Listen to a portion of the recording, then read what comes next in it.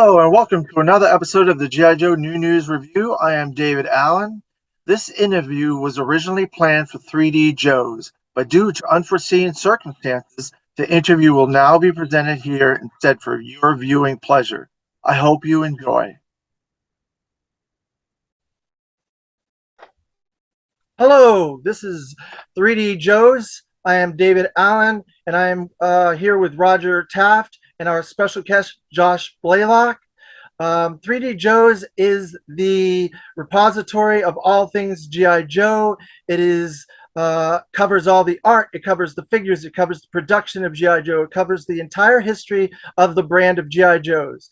And we are here to talk about Devil's Due, G.I. Joe comics brand from the early 2000s, and with our head publisher, Josh Blaylock. Hello, Josh. Hey there. Thanks for having me. It's a pleasure. Hello, Roger. How are you? I'm not too bad. How are you doing tonight, Dave? Pretty good. Thank you. So I'm going to go over a few little tidbits here, a little history of your career. I hope you don't mind. So you started in comics, and correct me if I'm wrong with any of this stuff, in 1996 as a comic artist and then a self-publisher in comics after that. And then Devil's Due in the 2000s through Image Comics. You have your own creator-owned series, Mercy Sparks, and Arc World plus and The Encoded. You've done Operation Nemesis, which is the 100th anniversary of the Armenian Genocide, I believe, novel. And you've done books on self-publishing and Bitcoin.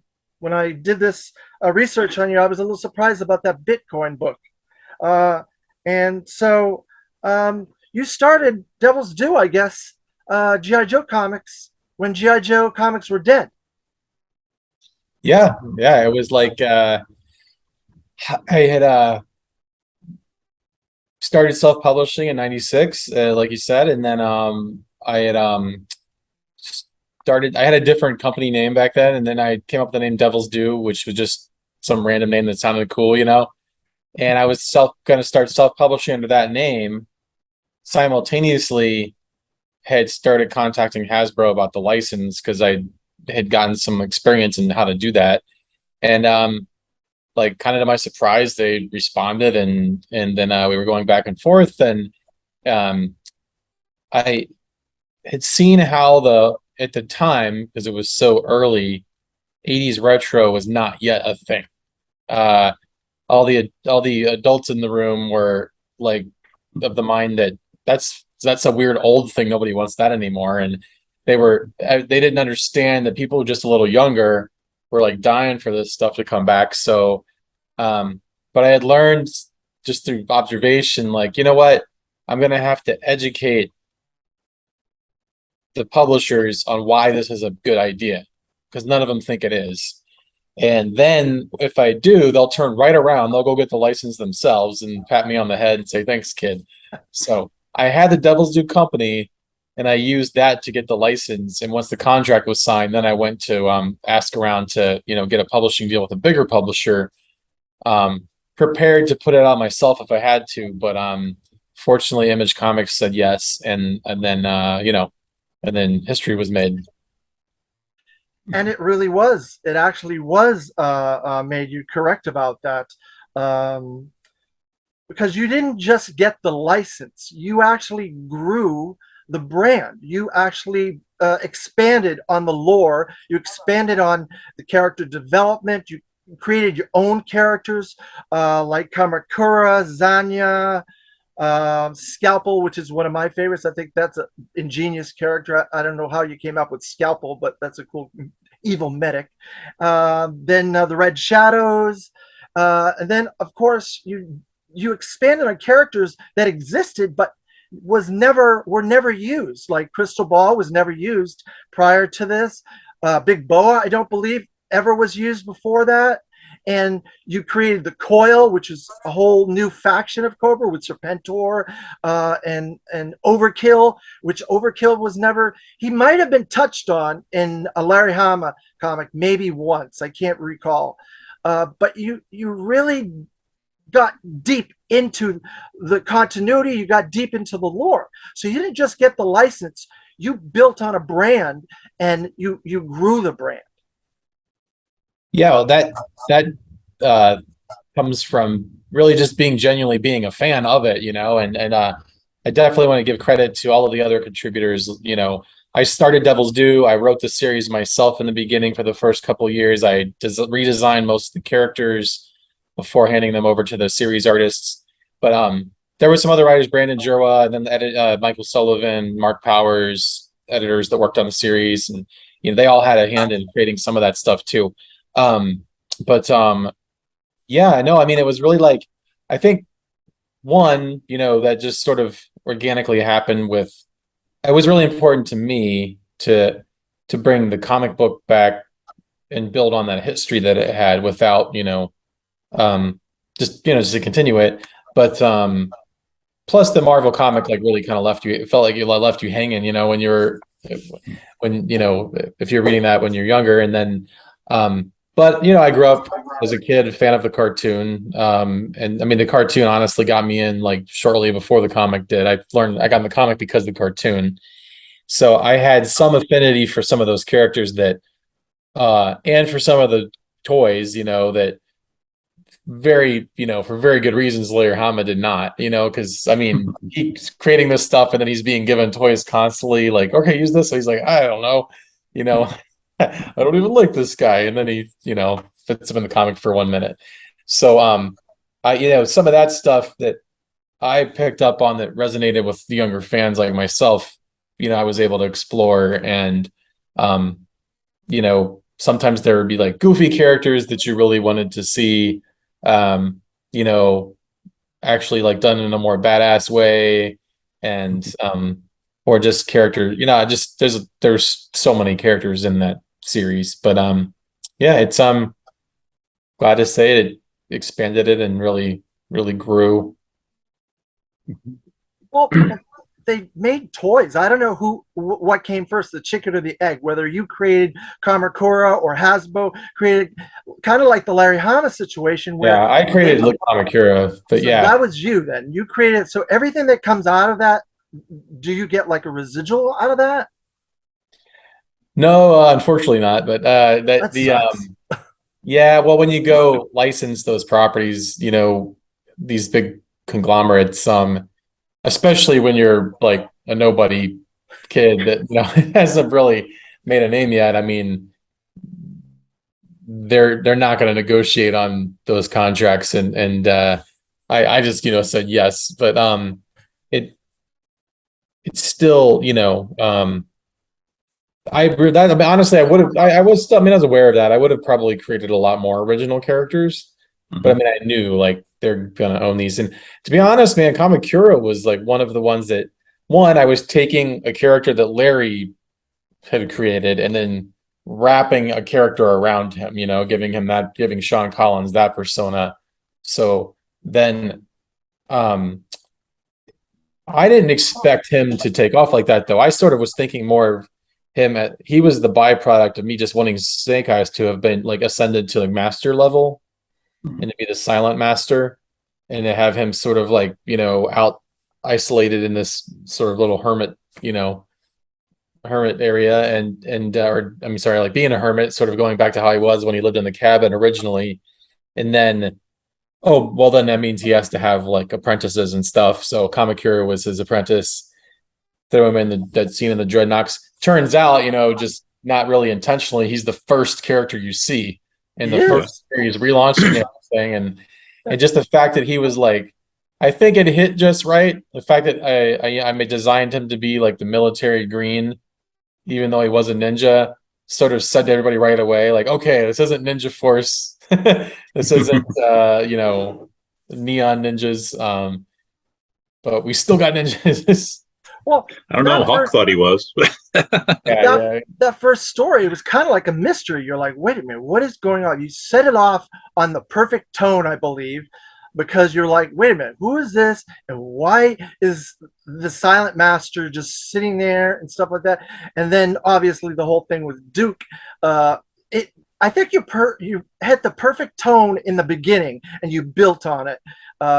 And a lot of writers, it takes them years to learn those type of skills. And you, like I said earlier, you were in comics for since '96, so you were in there for 5 or 6 years. So I don't know where you learned your craft, but you did a good job with that story. That's for sure.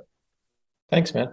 Yeah, it was one of those 5-year overnight success stories where I was trying to break into comics since I was like 14, and professionally, I was nowhere near professional enough to break in, but I was trying to, and then sort of, so I had a lot of years of practice and asking for pointers along the way, trying to get work with different bigger publishers and all that stuff. So, um, you know, yeah, it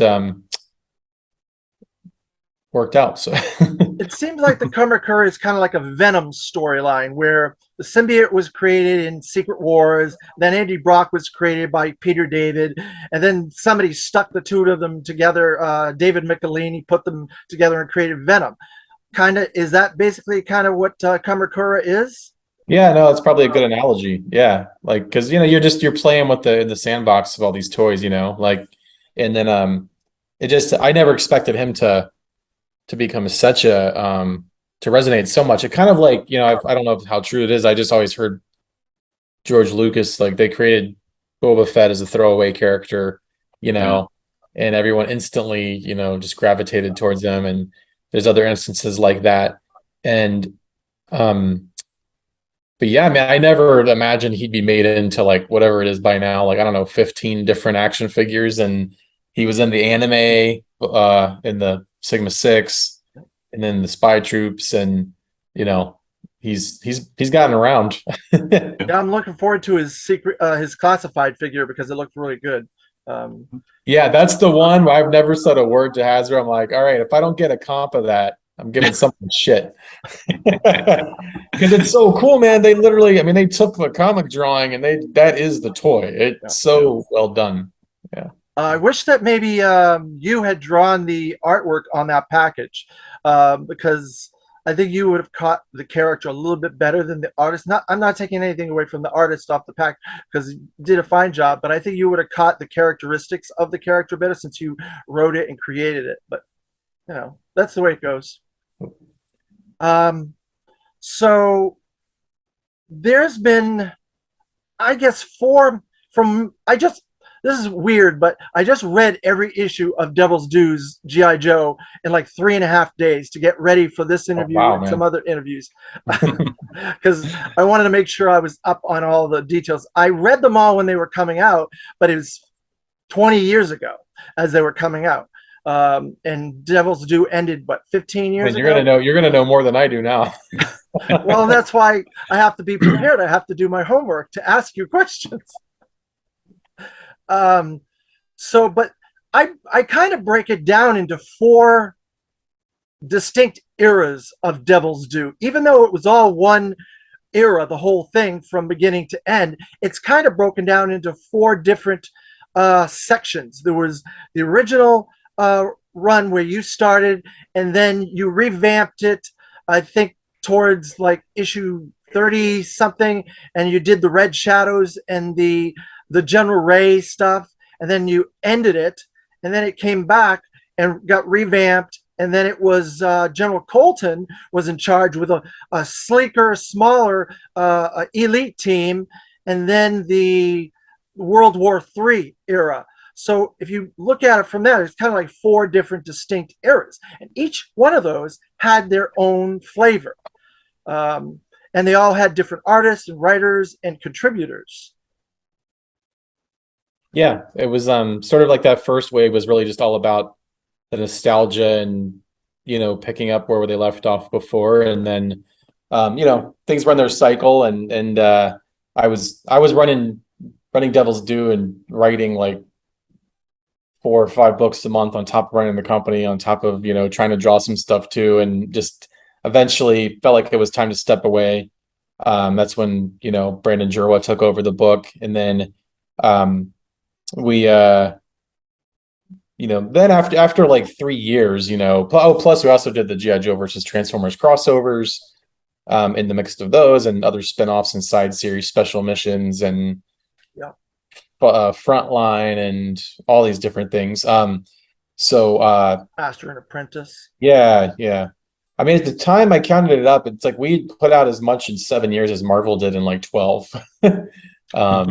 But still things run their course. And then, it was, I mean, sales, were, I don't remember what they were around the issue, the late 20s, early 30s, but that's when we decided we had to revamp it. Just to kind of get some excitement around it again, and typical publishing, mechanism. Oh yeah, And of course. yeah, I really loved the America's Elite stuff. I mean, it definitely was a change in style and a little more exaggerated, slightly cartoonier style, but still very gritty, I felt. Loved Joe Casey's stuff. Mark Powers had come on to edit for me, and he had been an editor for Marvel, managing the X-Men line. And then over time, we learned what a great writer Mark was, and then he ended up towards the end writing World War III. Which is probably one of the best G.I. Joe series ever. He was also really involved with, it was sort of really a team effort, like Brandon Jerwa writing the Snake Eyes Declassified miniseries, which honestly, I mean, that was like a movie waiting to happen. With Mark Powers and Michael Sullivan, both were very actively involved in that. So it was really like all hands on deck, making that like the best Snake Eyes story possible.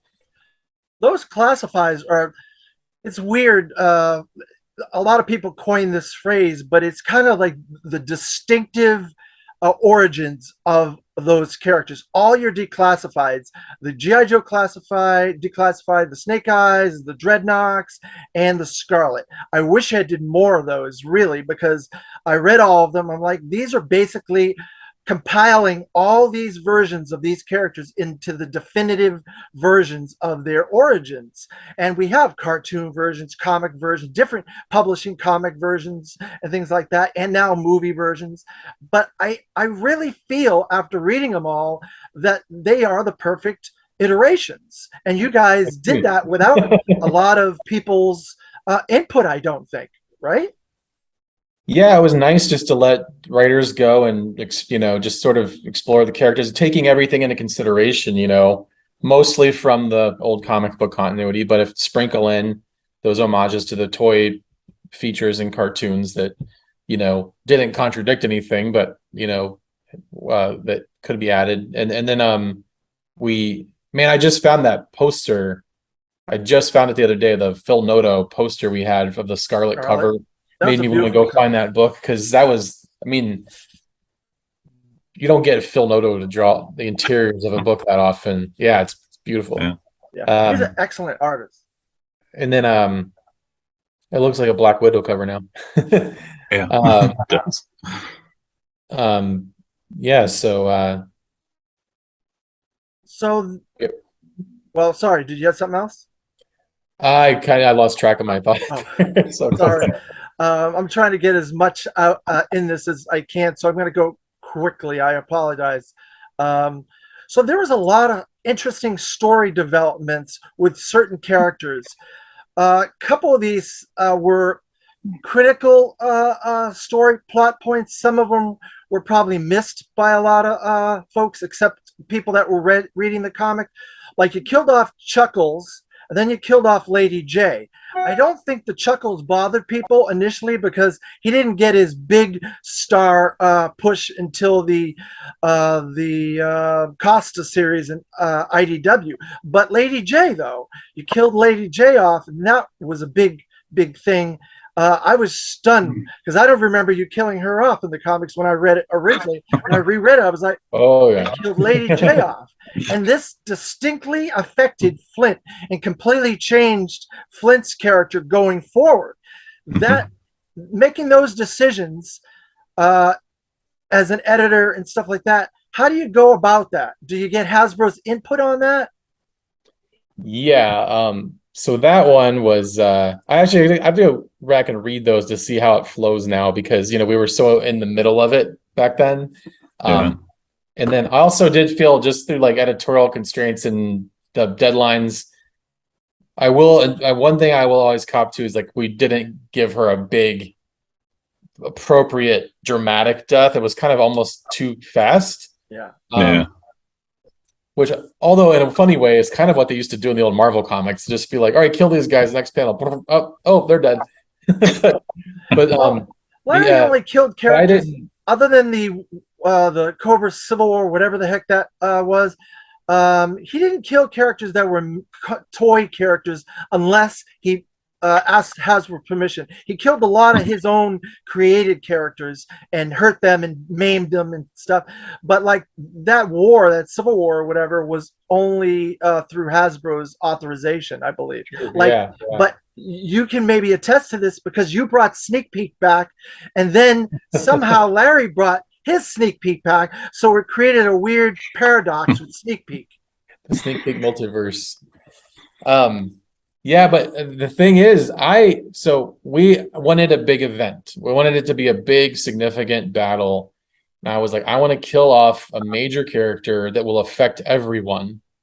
And people will look back on as like, that's a very memorable story. And I wanted to kill Hawk. And like Hasbro was like, no, you can't kill Hawk. I was like, why? You can't do it. He's the leader. And like, and this is like, I don't know. It was just one of those things. I'm like, yeah, but it would affect every Joe. Every single Joe there's no Joe that doesn't have a direct relationship with him. So it's perfect. And it'd be like a big rally of the troops moment and all that stuff. So kind of, it's like killing George Washington or something, So Sure. then they wouldn't let me do it. I was like, man, who? So I am the one who's another really significant character that means a lot to people and it was Lady J. So yeah, and then yeah, and it made, I just wish we'd handled it a little more dramatically and like spaced it out more. I still would have probably stuck to the decision. And then but yeah, it was really fun to see it explored, how that affects the other characters and Flint. I mean, you've got it. Now, the other way around it is if you just do that with everyone, it's like Game of Thrones where you mean no one is ever safe, and you kind of I would love to do an alternate series that its own continuity where you could do that and you just wouldn't know it was going. But yeah, that's what keeps you on your toes. You did an alternate parallel universe series. What was it? I can't think of the name of it, but Chuck Dixon did the end last like 5, 6. Oh, they're Reloaded. Yeah, Reloaded. That was a parallel universe. That was kind of like when Marvel was doing Ultimates, and it was like just a fun idea to try to do another little more grounded series that had no wasn't beholden at all to any, and some of the sillier continuity that has come out of like being tied to like toys and all that stuff.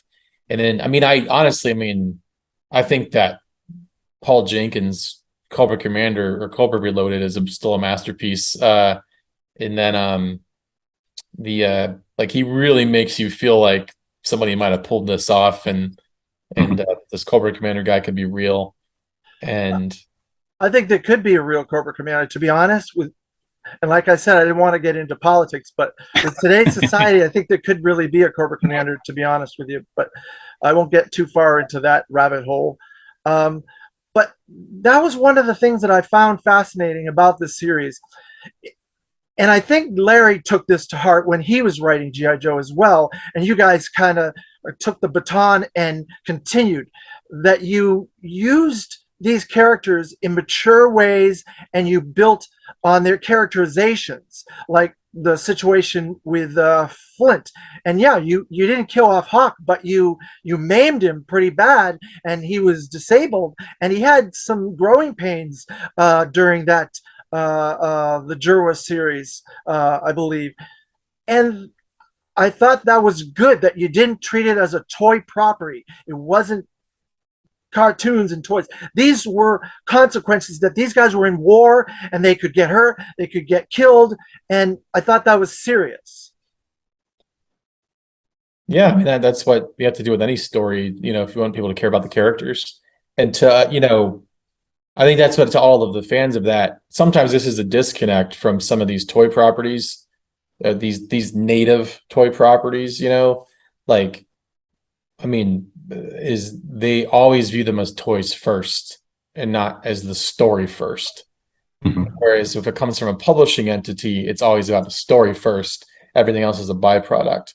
Like, I think that's probably the problem with video game properties sometimes, even though they also are stories, but toy companies, video game companies, like a lot of times they start as another product where the core root thing isn't like a story.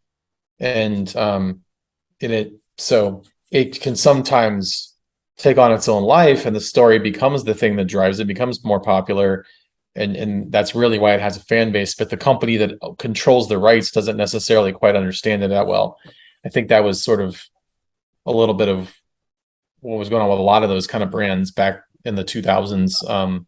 So yeah, we just, I mean, Larry was the genius stuff about what he did was that, it was being written for little kids, but it's still, I mean, at its root, he's picking up on themes of, Cobra Commanders, and Cobra's inspired by like 1960s or 70s domestic, terrorist kind of cells and Mhm. revolutionary types. And the whole idea of Cobra Commander was kind of supposed to have a point sometimes, even though he was the bad guy. And then you had the, I mean, the idea. I mean, I to this right now, I still think you could pull off a really cool TV show called Springfield.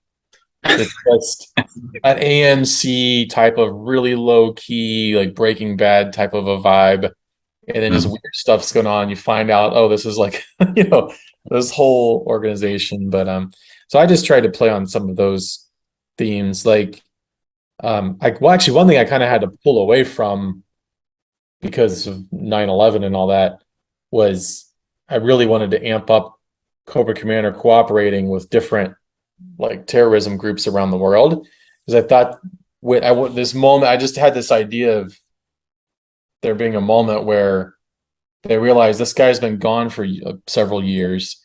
What he's been doing is taking asylum in all these different countries, and then you realize that he finally got like some really like super tied in, effective like terrorist group tied with, um, you know, European arms dealer, with Destro and all that, and then you find out that he used the genius idea of taking like a national biker gang that has chapters in every city across the country for like a infrastructure, and then so that's why I like expanded the Dreadnoks to be more like a real bike gang that had grown with like all these chapters, and so thinking you could tie that all together and have this big oh shit moment, like what are they going to do now? And then I kind of had to dial that a little bit back, but fortunately I was able to keep all those pieces in there though. Yeah, I think you kept them all in there throughout the entire Devil's Due run. But you also built new villains, which some of these villains were quite fascinating villains. You did the one, I can't think of his name off the top of my head. I should have wrote it down, but where he was like taking the satellites and he was using them as like missiles and blowing up cities and stuff like that. You blew up Chicago, you blew up Los Yeah, Angeles. shit, man, who was it? That was the Joe Casey. That was America's Elite #1, and I cannot remember what the character was doing He was a that. character that Larry created. He was the brother of Oh, the guy. Vance Wingfield. Yes, Wingfield. That's right. Wingfield. Yeah. And so I was like, wow, they're really going to town because we just had 9/11 and they're touching this soon. It wasn't right away, but it was a couple years after. I was like, Yeah. wow, okay, they're not playing games here. They want people to see they're really serious about this stuff. And then you created you didn't create it, but you built on it again. The red, or Joe Casey did the Red Ninjas, and he had, I think it was Satan. Budo. Budo was like infiltrating the Red Ninjas, and that whole cult was brought forward, and there was some cool new villains out of that. And then you used a couple of the Freds. One Fred down in Brazil, the Duke thought was Cobra Commander. It wasn't. It was Fred that was in charge of this Brazil faction with all these beat up bats and stuff. So there was a lot of really cool new villains that built on existing continuity, and the stories were excellent. Yeah. That's the cool thing about the GI Joe properties is that, I mean, it's an expansive universe. I mean, it's you know I never thought about myself like to this day. I don't identify myself as like a team book writer, and then I look back on what I've written, and I'm like, oh man, I've done a ton of team stuff.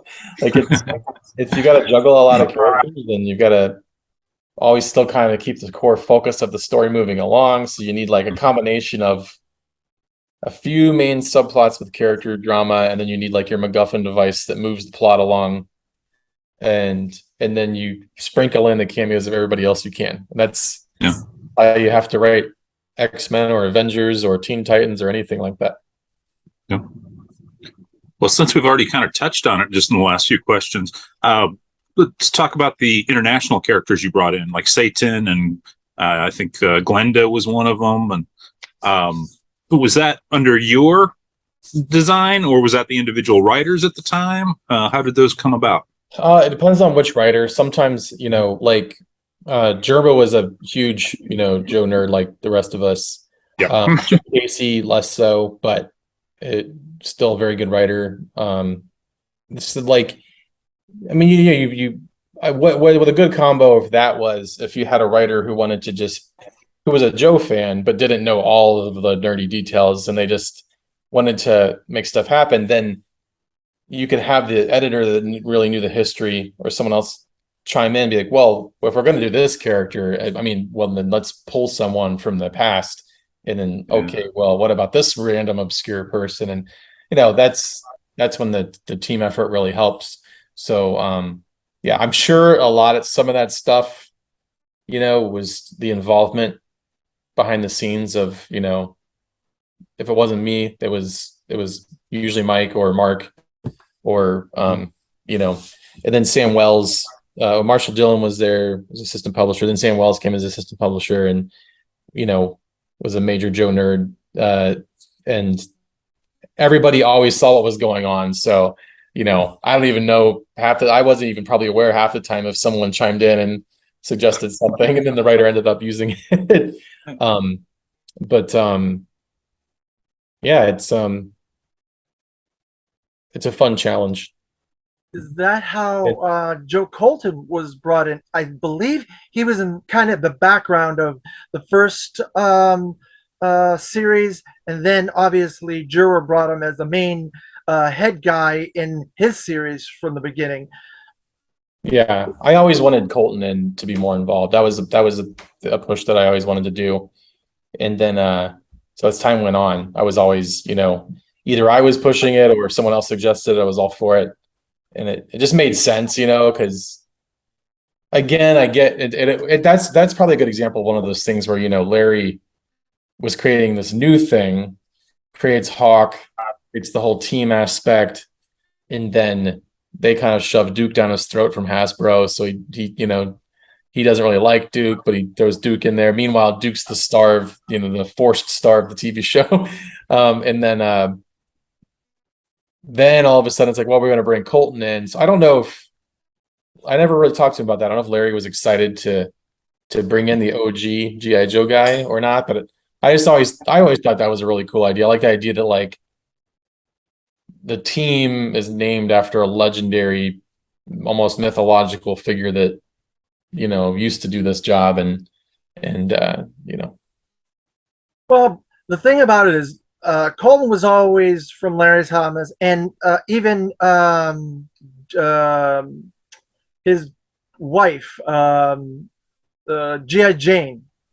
And you used both of them, but you didn't use any of the other ones, like Bullet Man and whatever the guy's name, Grizzly Man and I wasn't into that stuff. What was that? I liked the Colton idea, but I never was into the other like 60s stuff, 70s stuff. Adventure guys, adventure team people. Yeah. They tried to use them in IDW, and I thought it was great. The story was fun because it was so far out of this world. It was like, okay, this is a toy property. You know it. You're reading this. This is a toy. It's not what you guys were doing. It wasn't what Larry was doing. But they did do. I would be doing all kinds of crazy shit now because I back then it was because it was like not done yet. Like we were like, no, we need to do this the right way, like this, the right tone of seriousness and the right tone of humor. And really, do that.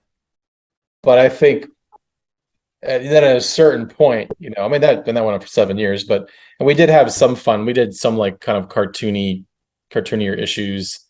Um, there was it's just like some of the special series, like the G.I. Joe Frontline let us do some of that. And then G.I. Joe versus Transformers let us have some fun with things like that.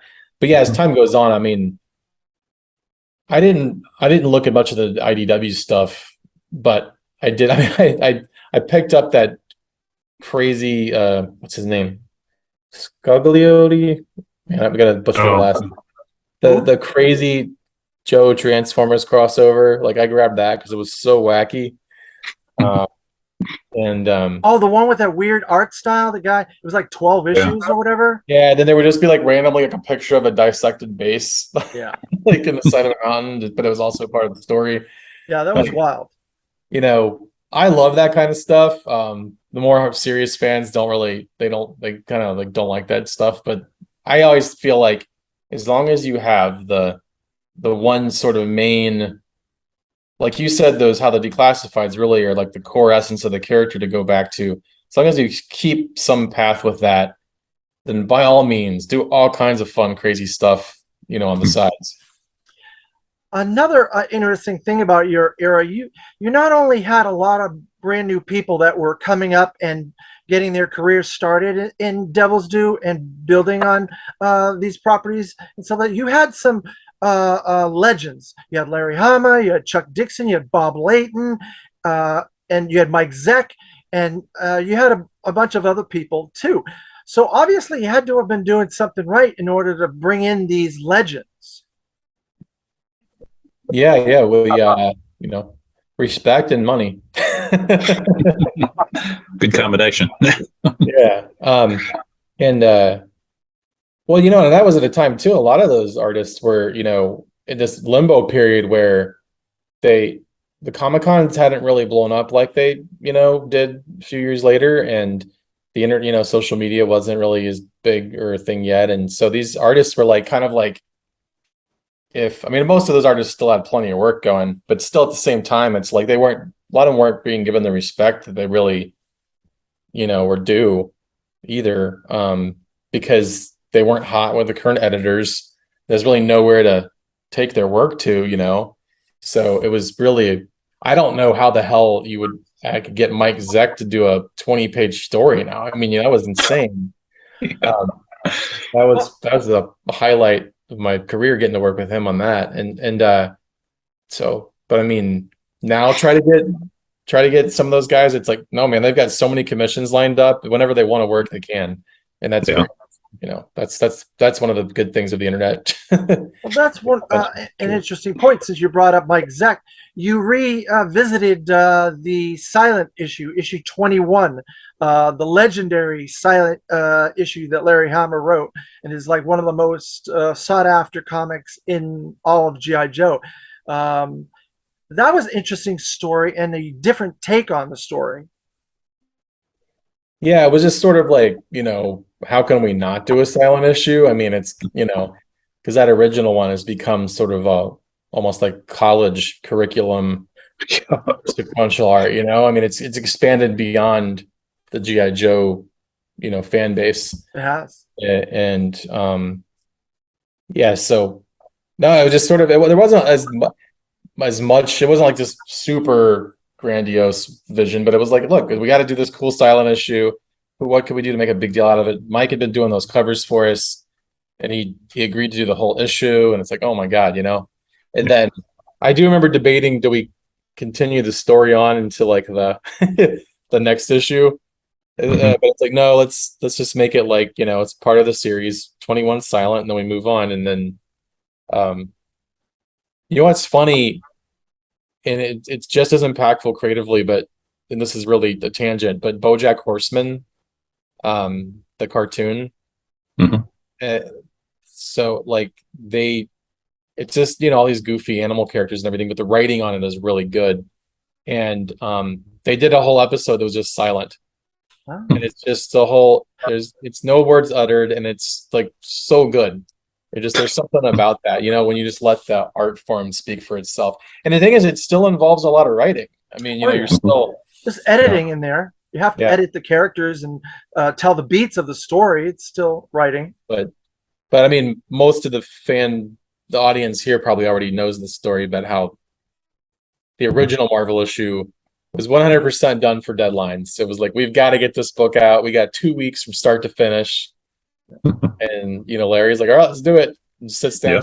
He And he started was like, sketching out the layouts. it'll be faster if I draw it and write it because I'm the one doing the story, so it'll be quicker. And then he had his best buddy that lived like down the same building, like a couple places down from Loyola or whatever his name was, helped him ink it or whatever, and it was out in like a week. Yeah. That's what's fun about though. Like sometimes when you can do that when you're going to write an action sequence and you don't have to tie together a bunch of subplots and you're going to pretty much keep this linear story going. But much like, Kamakura not being intended to be such a popular character, and that's when some of those cool little moments happen that you just might intend to be a throwaway and they stick. So that's where, the wristband was cut and we saw the Arashikage symbol on both of the characters, and I mean, boom, now we've got Arashikage. Like it's mythology and that's all from that silent issue. But you created a couple of mysteries that were quite surprising to me because I don't remember when I guess when I originally read this stuff as it was coming out, it didn't resonate with me then. But when I just reread it like this week, I was like, how did I miss this? You brought the coil with Serpentor back from the dead, but you not only brought Serpentor back from the dead, you did a huge, shocking surprise in my book. Anybody that reads this, I don't want to really spoil it, but there's a character that came out of that I did not see being part of that storyline when it was revealed that this character was this other character. I'm being vague for the history of it because I don't want to spoil the read for the fans. But I'm sure you know who I'm talking about. Yeah. I don't even want to bring up the writer because that might ruin it for him too. But yeah, that was Serpentor was always a fun character in anything to do with him because it's like you've got all these cool elements of like modern inspiration for like modern genetic engineering and cloning and all that, and then also at the same time he's so ridiculous. I mean, he's the dumbest character ever, but he's the coolest character ever, and it's like you made him cool. You made him cool. I thought he was kind of lame in Larry's run, and well, Larry was like, Larry's like, what the fuck is this character I got to put in here? Like but he had fun on the history because he's such a knowledgeable about all the historical information. So I mean, to this day, that's how I learned how pizza was invented. That's true. Yeah, that issue where Serpentor tells the Cobra guys how they came up with pizza in some Roman battle. It was in Annual 3. It was a backup story, and Mike Zeck did that art for that. So what's funny now is I since I got more into that stuff, getting older and listening to podcasts and everything else, now I know so much more about Caesar and Genghis Khan and all these tyrants. I'm like, man, they were maniacs. Serpentor, man, you could do a Serpentor series that was just like brutal. Like, what if you really brought in one of these brutal conquerors right into today and into the present day, and they just didn't see anything immoral about it or anything. Like, this is just what we do, man. Yeah. But your team did an excellent job with the character because I didn't feel that it was one note. I didn't feel like it was a cartoony character. I thought it was serious because he did things that made sense. He brought in characters and he gave them certain motivations. Hey, Xandar, this, you can help yourself and help me out if you think like this and look at it from this point of view. He overkill a whole bunch of people. I can't think of all the characters' names, but there's 5 or 6 different characters that were in the coil with him that were unique characters that I thought, well, there you go. See, that's what it takes. Someone that really thinks about this stuff, and maybe you did, maybe you didn't. Well, Brandon, Juro got to explore Serpentor a lot more too. Like, so he really got it. Like I kind of brought him in, and then had I wanted the idea of like let's bring him back, like, and make him a really truly intimidating badass character that's gonna like. We've made it clear Cobra Commander is no pushover. Also, but now what if we can truly strike some fear into him, and then, but also just play with the aspects of like, okay, let's treat the clone thing a little more seriously. I won't even say realistically, but just like there's okay, maybe not as silly as like he instantly has every memory of every character, maybe a little more vague than that, or maybe like what if it's almost like a horror movie, okay, this person's clone, now they're getting flashes of memory from this person, it's floating around in there, and where is it just their own new unique personality versus where are they getting like influence from basically a ghost in their DNA. Yeah. And then having the kids, all the clone kids, was fun. That was a really cool, that.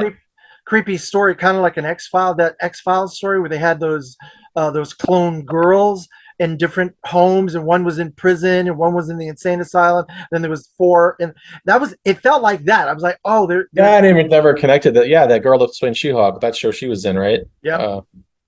Yep. Blanking out. That's what it felt like to me, and I was like, they gave the story more gravitas because there was more layers to it. And a lot of these stories, there was a lot of layers. As a toy kid, you buy the toys, you read the comics, you don't get this stuff. As an adult, I'm in my late 40s now. I see the nuanced storytelling that was there that you wouldn't get if you were like 10 years old. Maybe you would. I don't know. It's funny too, because when you go back and watch some of that stuff, even then you realize that you had thought there were stories there that weren't there, but then everybody else also thought the same stories existed. So there's something that happened in between the gaps and the plot holes and the different episodes where we all collectively decided like, no, yeah, but this is really, like we all had the same idea, like this is what's going on. And you go back and watch the show, especially if you're talking about the cartoon, and really that's what I mean.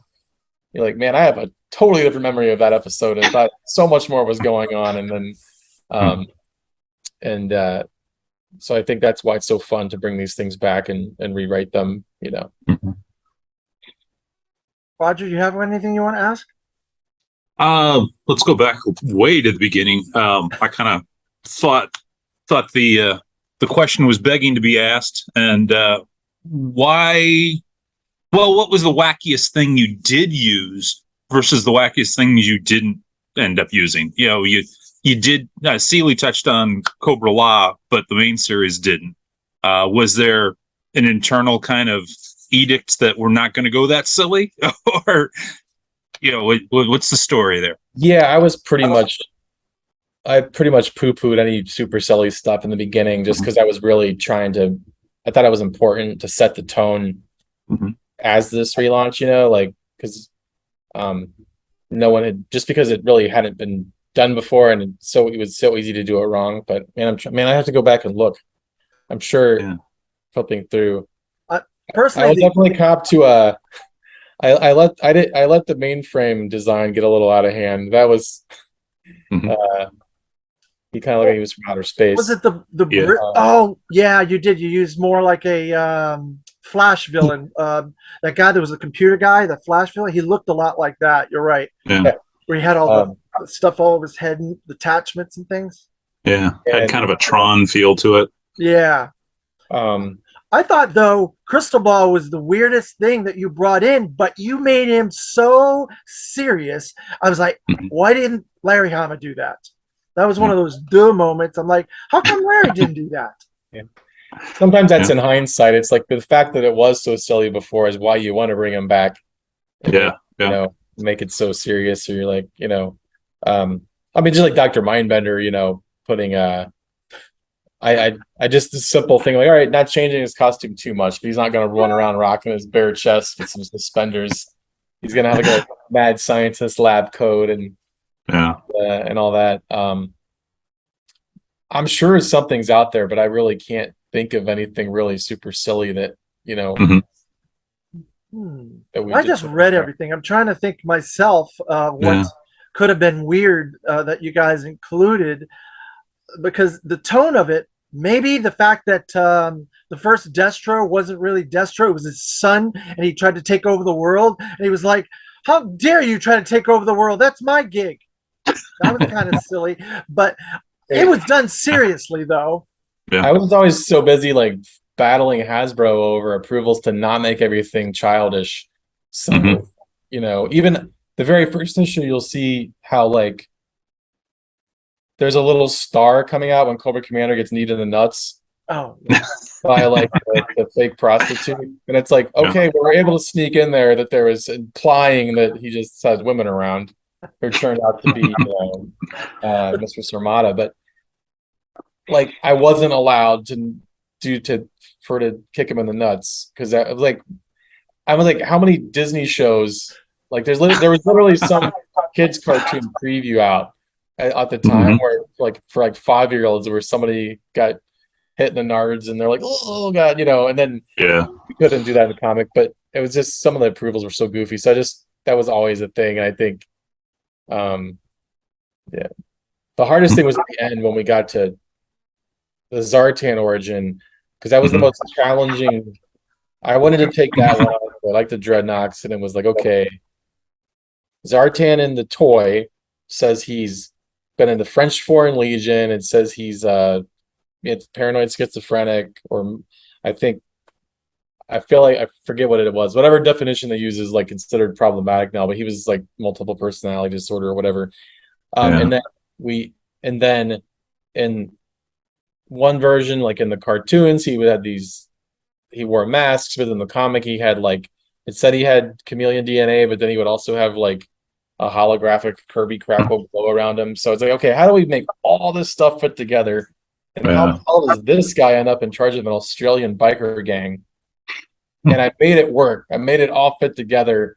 And then of all stories, that was where the approvals were just a nightmare. Like I started battling weird stuff like all of a sudden, like established continuity. Zartan has always been on the borderline of good and bad.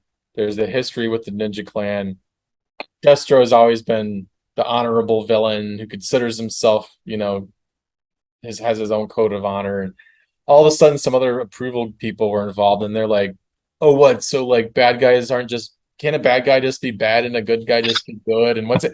And all this like, they were basically doing stuff where we had to fight. Otherwise, the fans were going to crucify us when the book came out for not doing the characters right. So we managed to get it done.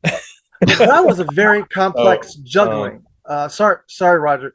Those are creative challenges that are really rewarding and fun. Yeah, because I just read that and I was like, this is brilliant. You guys brought that's why I said earlier that it's like the definitive, because you can't argue with this version of the character is there, this version of the character is there, and you did it in such a way that you kind of cheated almost. And I'm not going to spoil the story like I did with the other story, but it was kind of a cheat, but it was a brilliant cheat because it was done with story elements in mind. It was the only way possible I saw to like, how do you make all of the stuff work and not contradict? How do you make the toy not contradict the comic, not contradict the cartoon, and mix it all together? So it was brilliant. Thanks, man. I always had fun writing those characters, and then that's why I would, even though I was limiting how many I created, Zanya was one of the ones that I really had fun with. She was a cool character, and I liked her origin too. The issue that showed her origin, I was like, oh, okay, I see how this started and stuff like that. I wonder if her partner is somewhere out there. She was kind of killed off screen, but I don't know if he was really killed. You were it was a pretty soft. For approval reasons, it was a pretty soft, like, I feel like he just gets punched in the stomach and they walk away kind of thing. Yeah, that's what I was thinking, because I was like, I don't know if he got killed, because I could see this guy coming back and coming after them for this, but that's just me. Yeah. So who knows? Did you have something else, Roger? The green shirts was a question I was going to ask. It seemed like early on the green shirts were going to be a major part of like the backbone of your new G.I. Joe, and they just kind of petered out. They weren't really a big deal later. What caused them to peter out, and did you have a bigger plan for them? A little bit of, I don't know, like a little, I guess multiple things. Like one, I just thought it was funny that they were never acknowledged in the cartoon. In the Mhm. cartoon, they were just, it was just because it was easy to animate these guys, you don't have to worry Yeah. about. And we need an army. But I thought like this is how we could do a smaller team, but still have an Mhm. army. Yeah. Because you're going to have hundreds of Cobra troops, but we can't write a story with hundreds of GI Joe guys. So that kind of made sense. Plus, it tied into the time with the idea that like the Joes were like the OGs, and then this was the new recruits, and Mhm. kind of like maybe now the new ways you're going to work your way up the ranks as from a green shirt to a Joe. I probably wouldn't do that the same way now, but and also though it kind of gave us the funny like red shirt Star Trek cannon Yeah. fodder. Um, and then but I think also You part named of it some of was them. just like there's so many characters to write. It gets ahead of itself. It gets to be a lot anyway. But the there was definitely like mixed feelings on the green shirts. They were not beloved by everyone. But you did some interesting stuff with the green shirts because you named a bunch of them and then you Yeah. killed them off, and then people did like me. I liked some of the tech people that you named and had them in a bunch of stores, and then killed a couple of them off or hurt them. I was like, crap, I liked that guy. I liked whatever his name was. They were, oh man, they were Firewall and Demon were some of the most hated characters that I ever Oh created. no, I like them. But I was just trying to Yeah. like modernize, like update it a little bit. And then it's yeah, it's kind of funny like how some of them are such a relic of their time, Mhm. specialties. Like if you have dial tone now, I mean something like that, or some of those characters you have to completely change them and the names don't necessarily work anymore. But yeah, so we'll Well, yeah, that was the green shirts in a nutshell. Yeah. and wasn't the later relaunch had a streamlined kind of like a Sigma 6 team.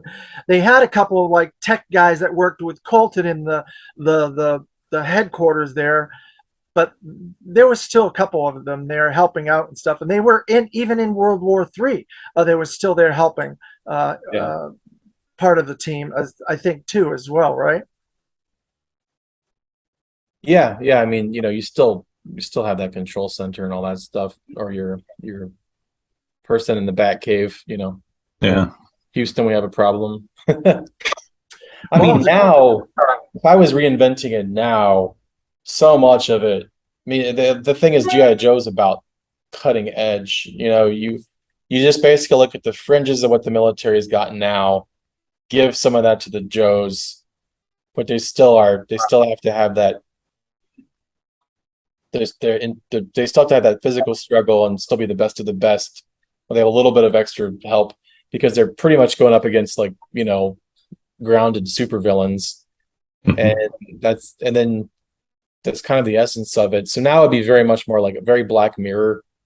You'd have Mhm. a lot of Cobra would be using all kinds of like fringe technology, and more recklessly so even, and um the Joes would have access to a lot of the Boston Dynamics and DARPA type shit that you see little leaks of now. yeah. Yeah. And then the I kind of think now it's a tough thing to like if I was rebooting it from scratch, I would actually make it an 80s thing.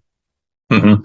I would say it's so much of a piece of its time now, and that the 80s throwback stuff resonates with people now with so many shows out like that. I would go ahead and just place it in the 80s, but then I would connect it to something now, and then I would introduce new characters that way.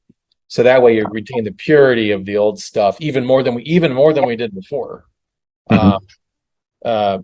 uh, and it would be a very Reagan era thing. And then you Yeah. would bring it into the modern day and have it all tie together somehow. But if I was just continuing it, there would have to be some acknowledgement.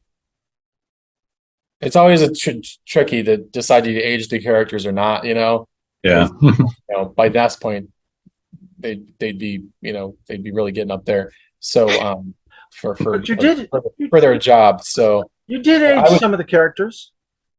Yeah. You aged Bazooka, and you aged Oh yeah. Joe yeah, Colton. yeah. He was aged a little more than intended, but the gag was pretty funny. And we're like, Yeah. yeah, Yeah.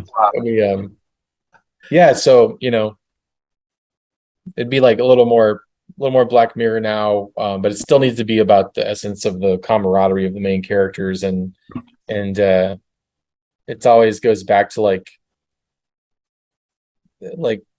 the Joes were pure. Like the government wasn't always pure in the stories. There was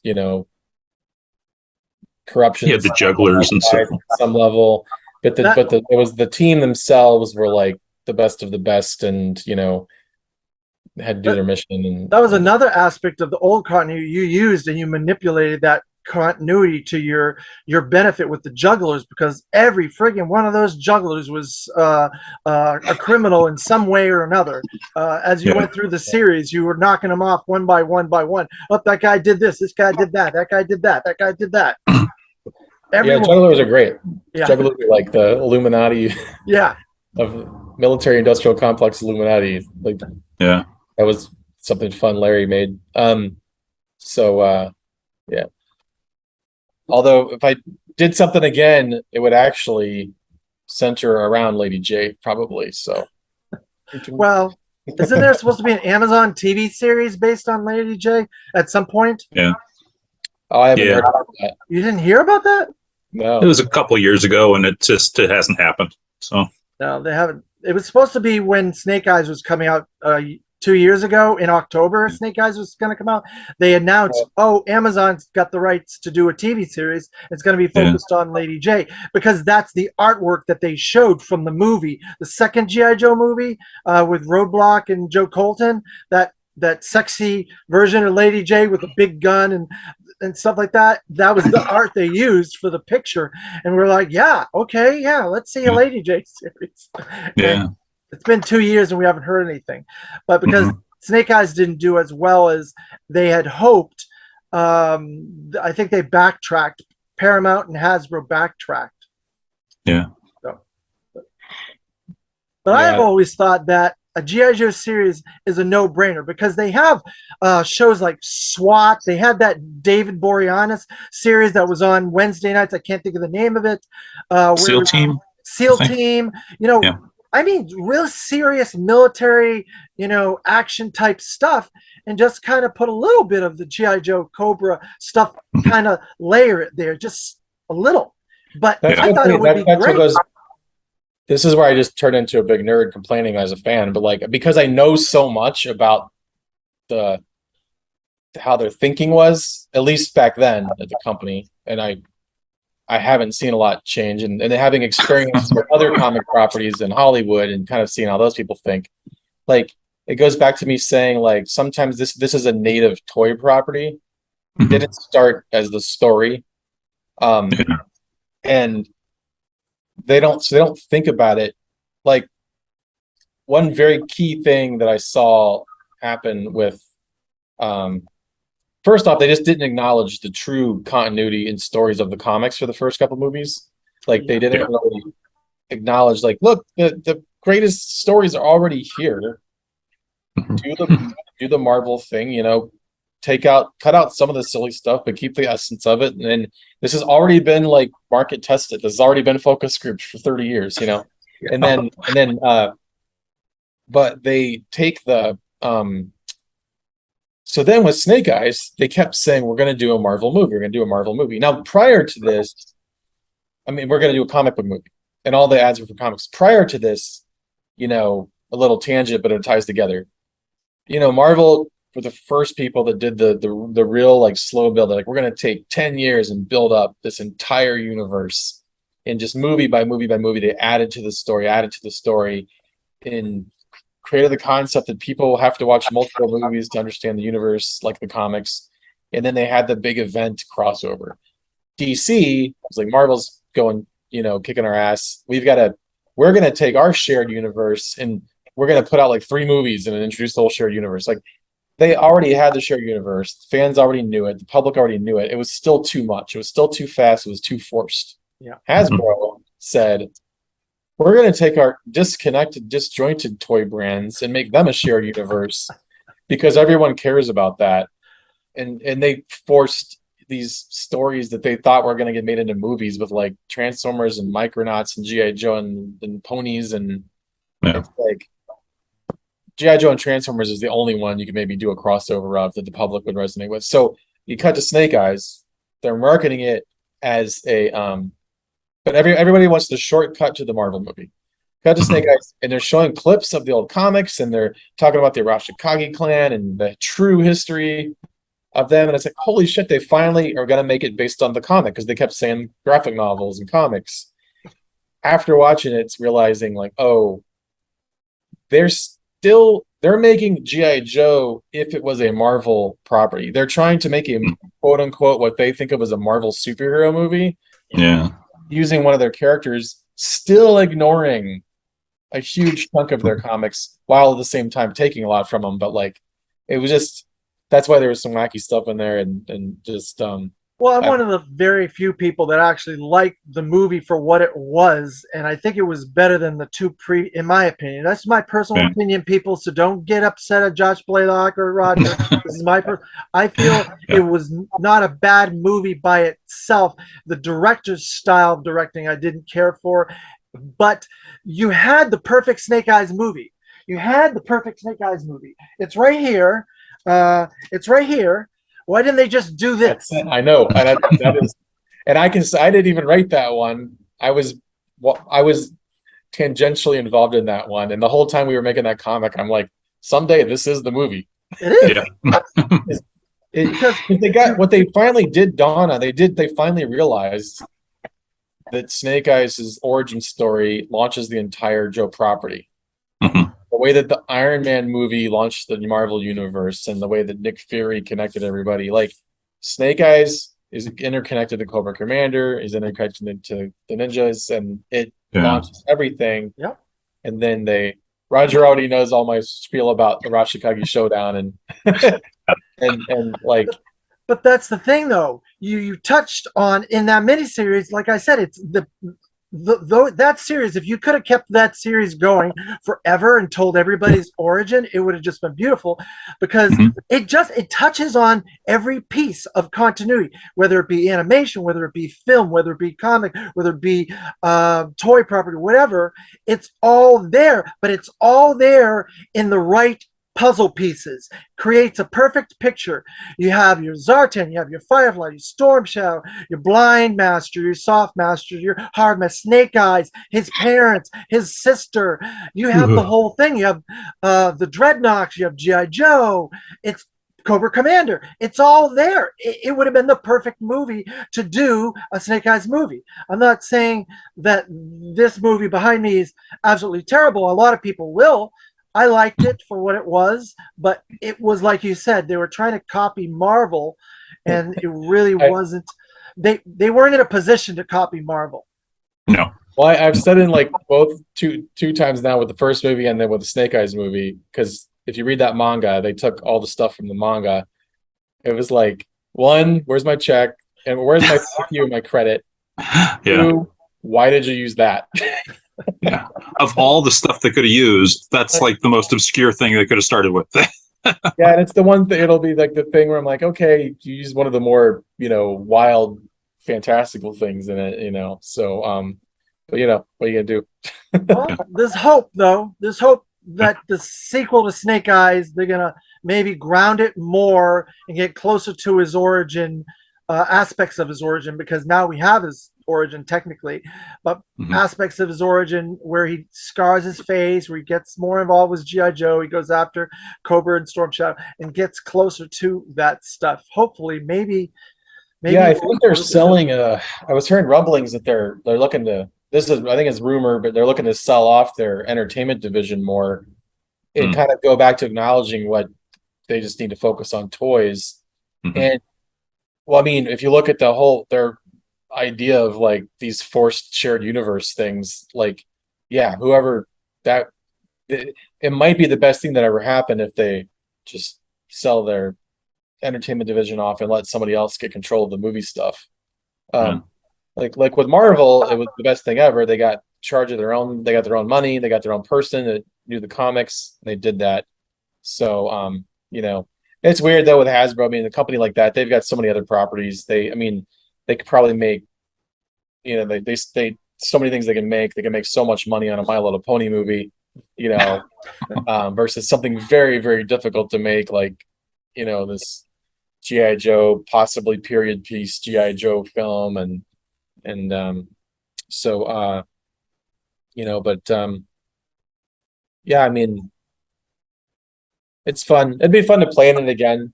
I can just honestly say I'm the only person that's ever successfully relaunched the brand Hmm. who got enough control to have enough say to just go do what I wanted to do and successfully reignite the whole franchise. You don't So think IDW did that? it was already ignited then. I mean, the movie was coming in. So we lost the license just as the movie was already about to happen. Ah, I So see. like, and then the cherry on top was having the nanomites in the movie, which was from our comics. So, Well, and I was reading that, and this which is still, weird again, I because, would have never put in the movie. I would have.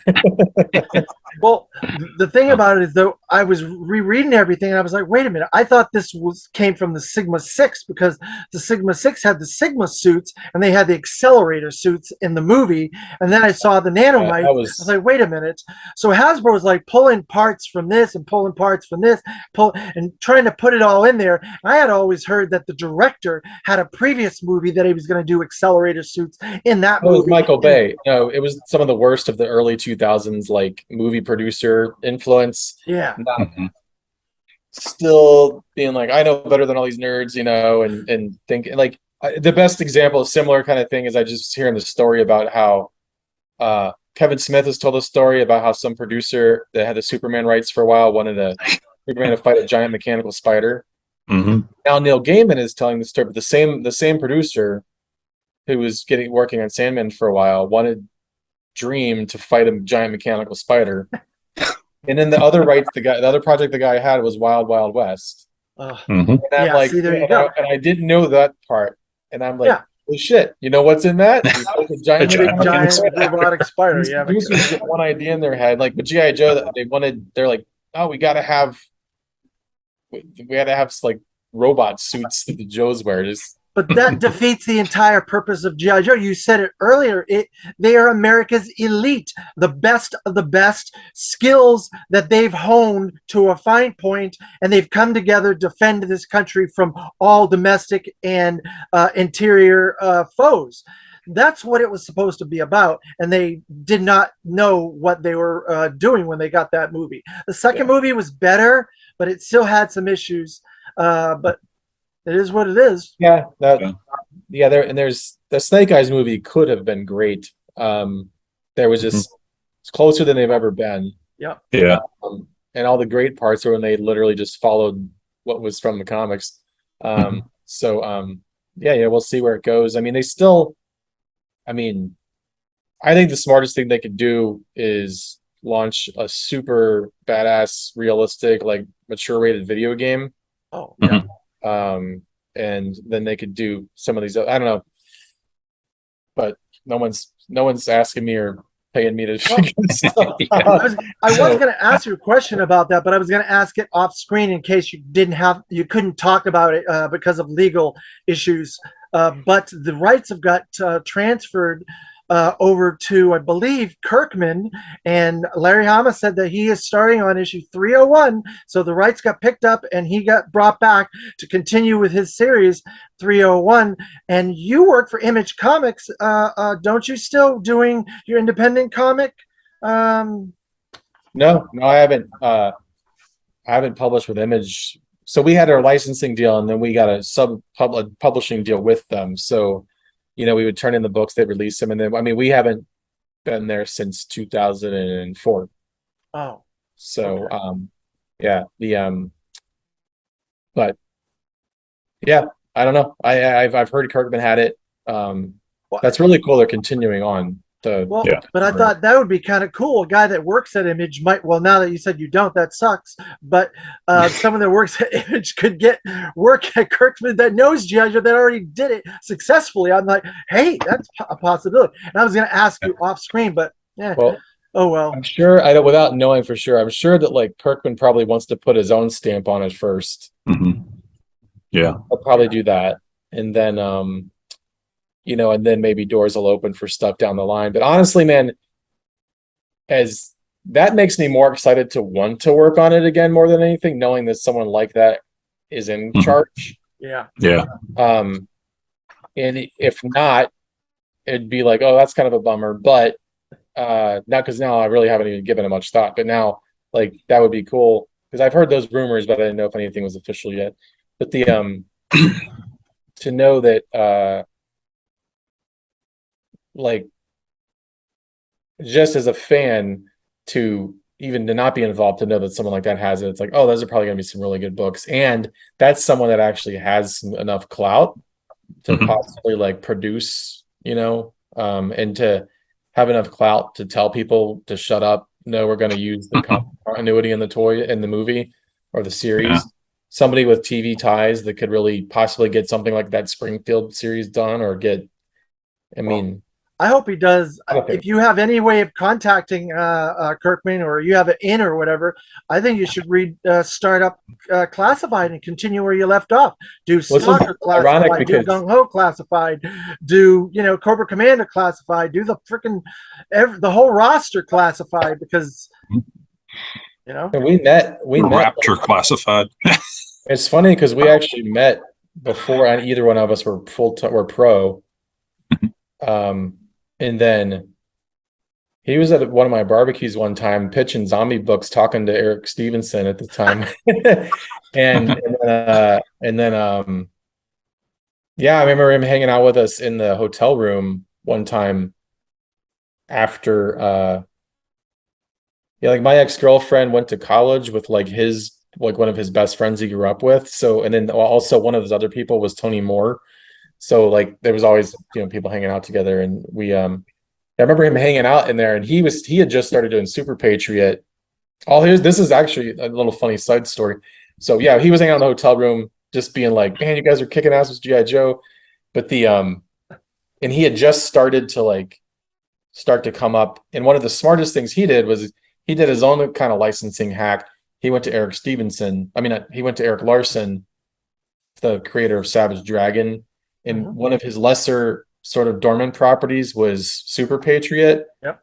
And Eric's or Robert somehow, I don't know, like pitched him and said, hey, let me, this like aspiring indie guy, use Super Patriot. You're not doing anything with them. So he kind of got a free license out of it that way. Nice. Or I don't know what their deal was, and that's how he started doing the Image books. He started getting in that way. And it really ramped up his profile that way. Funny side story though was, and this is the kind of shit I had to deal with Hasbro. So we're publishing with Image, so it's very common that you're going to put a preview of another book in the back. So what makes sense to put a preview of in the back of the book? The Super Patriot series that this Robert Kirkman guy's doing. And it was just Super Patriot, big American flag mask and all this shit. Like, he's a cyborg American veteran guy with what better perfect thing from the G.I. Joe book? And he's like blowing away robot Nazis. And the fact that we had a Nazi character in the preview just sent Hasbro down to me like the wrath of God. They're like, what is this? And it had already, it printed because we got the book approved. I think we went ahead and printed it like with the filler material without technically getting signed off on. And man, they were pissed. And I said, what, too soon? Like, what is it? Like, he's blowing them away. They're not the good guys. What are you talking about? Yeah. And it was so crazy. But yeah, so Robert Kirkman had his appearance in there. Funny. That's pretty cool then.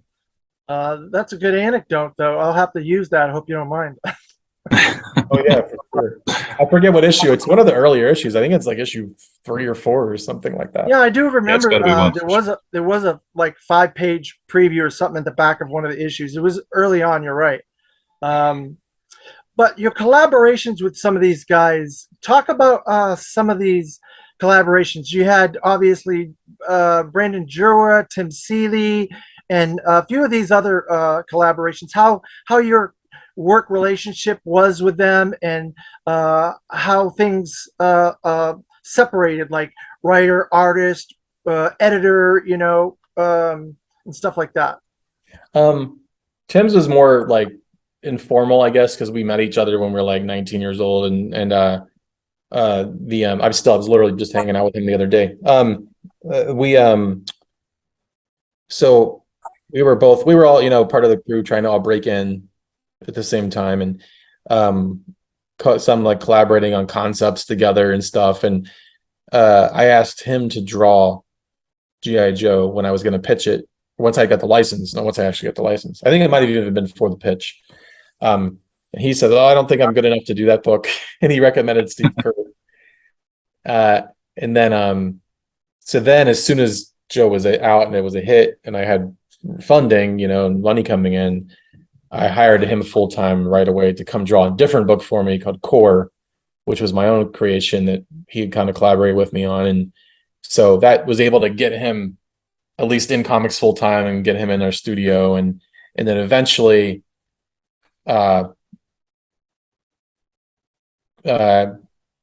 wanted to change from Kurth to different artists, and then we got other artists in, and at some point it just made sense for Tim to draw the book. By then he had been doing all kinds of stuff, and then, but he was like, we had like an actual bullpen, he was like in there drawing every day. And then Jerwa was very much more like, that was just a formal hire, and he had been sending in these and I haven't thought about this stuff in like years, but yeah, he had been sending in these very full detailed full scripts, which I never read full scripts when they come in, because you're so busy, and usually for a concept, so I don't want to see more than like one page like of the pitch, and the most of the pitch should be in like the first paragraph, and then it tells you like, is this something we'd be interested in, and you kind of get an example of their skill from that, and then you go in. But he was sending these full scripts, and I read them, and if I remember right, it was just like, okay, this guy really understands the characters, and that was not easy to do. Like, we could go out and hire popular writers, but they wouldn't necessarily understand the continuity of everything. And it's just, I mean, every step of the way, a brand like that, it's like, the editors to the writers, and to some respect to the artists, it's like, you got to find people that know the history and the lore, and that's not easy. So I probably should have been a little more aggressive about getting bigger name writers in there, but I mean, we were one of the top selling comics at the time, and we were, doing just fine based on the brand itself. And you created your own identity. Like I said earlier, you built on the continuity, you built on you expanded the brand, but you had that era is considered. I've talked to a lot of people, and Roger, you can step in here and correct me if I'm wrong. Recently, we're involved in the community quite a bit, Roger and I, and there's a love for that era. You don't hear people talking about Chuck Dixon's comics. You don't hear them talking about the current comics that are coming out through Larry Hama. Yeah, Larry Hama's doing comics, and yes, everybody loves the original Larry Hama comics. That's never going to be changed. People always going to hold that as a certain point in G.I. Joe comics. But your era is held up there very close to Larry's, maybe not at Larry's level, but it's up there because of the quality of the writing, the quality of the storytelling, the quality of the character development.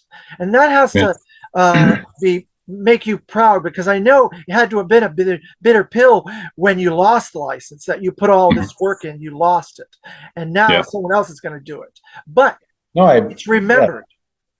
No, it really does mean a lot, and I really appreciate it. I appreciate stuff like you doing interviews like this, because it's, it's one thing to lose the license, which was sort of like, that is bitter, it's a hard pill to swallow. It's more about the weirdness of it all. It was just very weird, how and I went into this one of the interviews with the collector book, Rogers, with the collector book coming After Action Report.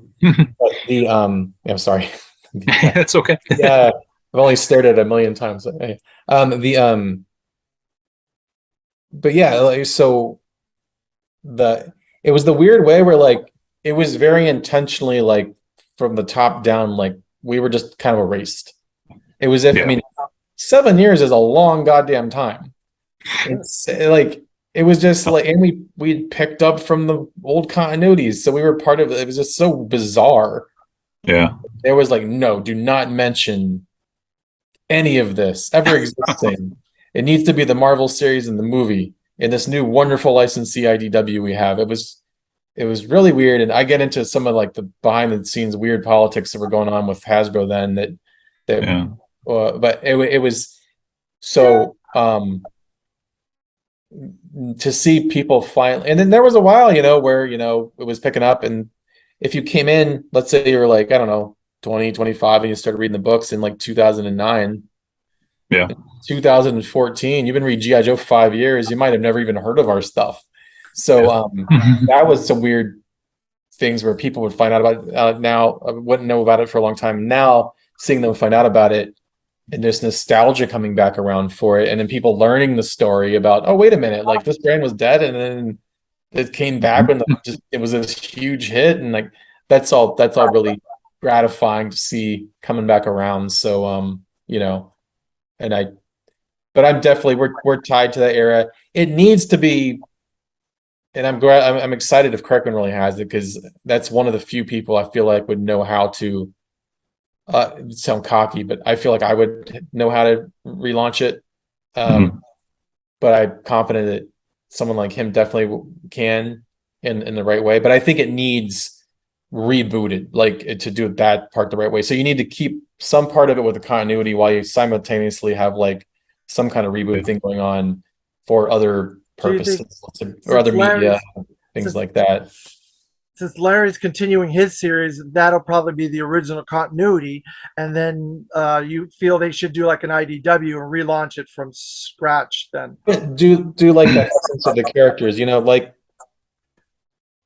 I mean, kind of like we did with Reloaded. We just probably did Reloaded ahead of its time. It didn't need to Mhm. be relaunched like that. Now it's like, okay, now someone who fought in the Iraq War could possibly be older in 2022 than someone who fought in the Vietnam War could have been in 1982. Like, oh, Yeah. I see we're what you're saying. Do like really the getting along Punisher. in Do, time. do like they did with Punisher, Forge, Iron Man, where they updated their Yeah, origins to now. just update it. Yeah, and but still, Yeah. like I mean, there's the funniest thing in the I guess this might be the silliest thing of all. In the first issue, Kamakira's got a disc, and it's like liquid protein storage drive can hold 2,000 megabytes. No, 2,000 gigabytes. So I was reading about experimental like liquid storage that they were working Mhm. on, and I was like, what's the crazy amount of storage like you couldn't imagine you could hold in your hand, and it was 2 terabytes. Didn't age well. Well, So I mean, that's how old that shit is. So but it that's does the need, thing. That's you the thing with know, technology. You're never going to be, you can be Yeah. ahead of it when you're doing it, but it's Yeah. always going to look antiquated after the fact because it's going so quick. Yeah.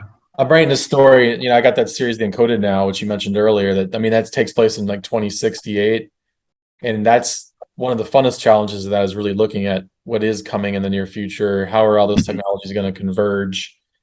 What, I love graphene. It's fun. 3D printing is stuff to use. Like, but for GI Joe, I just dial that back a little bit. Mhm. Not far along enough yet, but like some character might have some badass 3D printing capability that's one of the Joes, and they have something that no one else is going to have until 2050, but they Yeah. got it now. Well, didn't Overkill do that kind of? I don't know how far you're involved in Sigma 6, but Overkill was like that. He was like manufacturing these robots on a thing, and it was like melting them, like, and they would come out, and then you'd have a bat, and it Yeah. was kind of like 3D printing. Man, I have to I think rebuild. that was more in the cartoon, though. Yeah, it was the cartoon, not the I comic. Yeah. did watch those. We were always waiting for Hasbro to do something to successfully launch a new GI Joe cartoon or Yeah. something, and anytime they did, we were ready to go with a comic series. And so we had Sigma 6 Yeah, in all the comic shops, even though they weren't really receptive to the kids stuff yet. Like now kids comics are huge.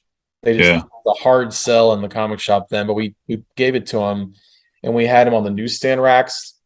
Like you could go to convenience stores, you could go to Barnes and Noble, and you could buy Sigma Six on the newsstand, like old school times. Yeah. And it just didn't take. But I mean, I'm proud of those comics. They look great. I mean, Beautiful. Yeah. I, They I thought it really was do. fun. It was a different style, and I thought it was appropriate for the time.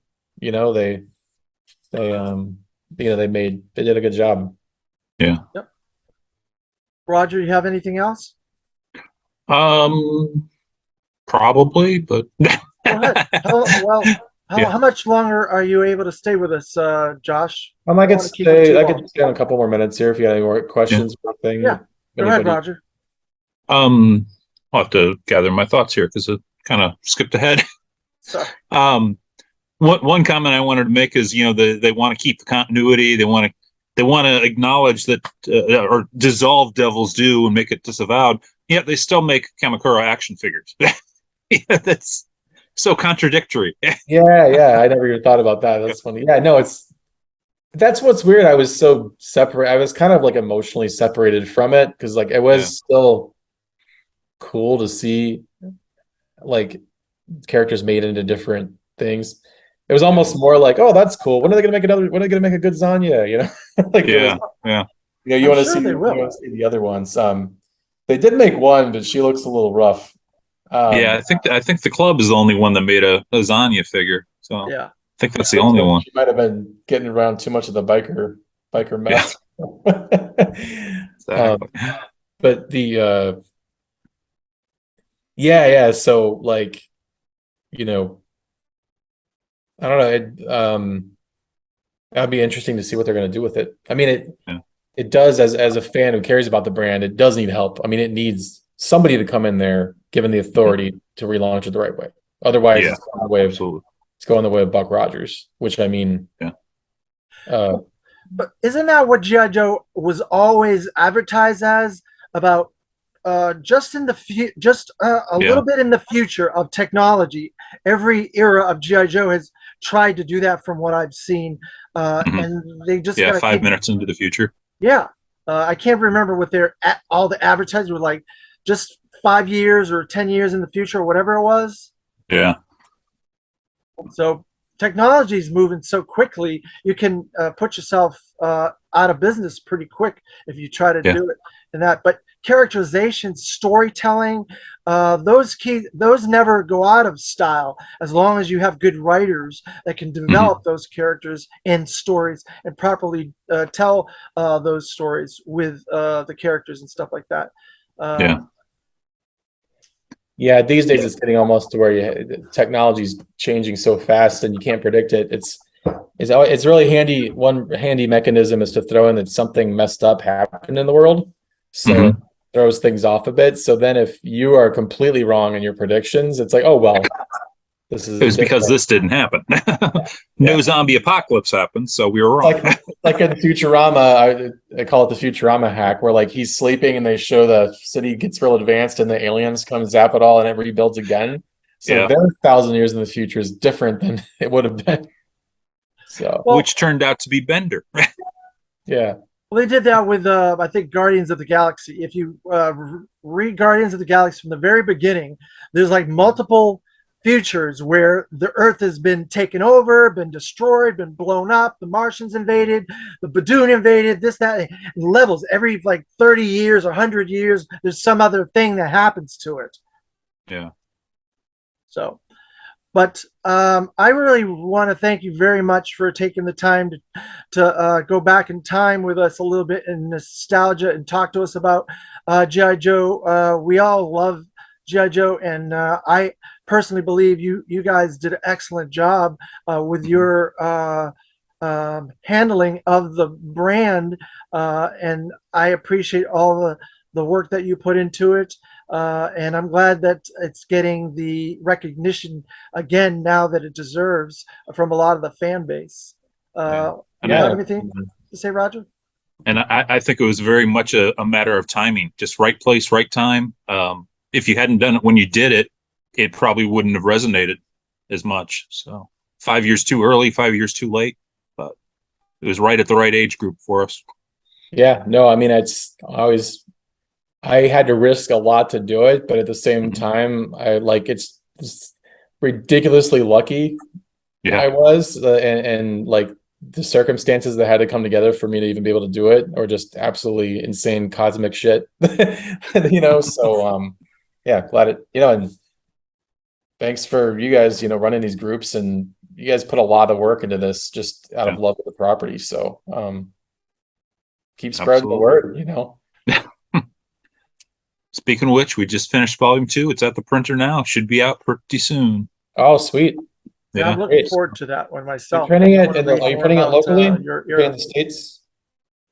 I'm sorry. Is it printing in Oh, the printing. States?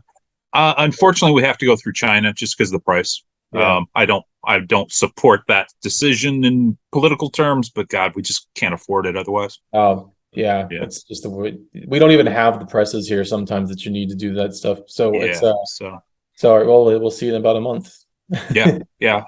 Hopefully, it will be here by October. So Cool. All yeah. right. So All right. thank you, Roger. Thank you, Josh. And we will see you on 3D Joe's.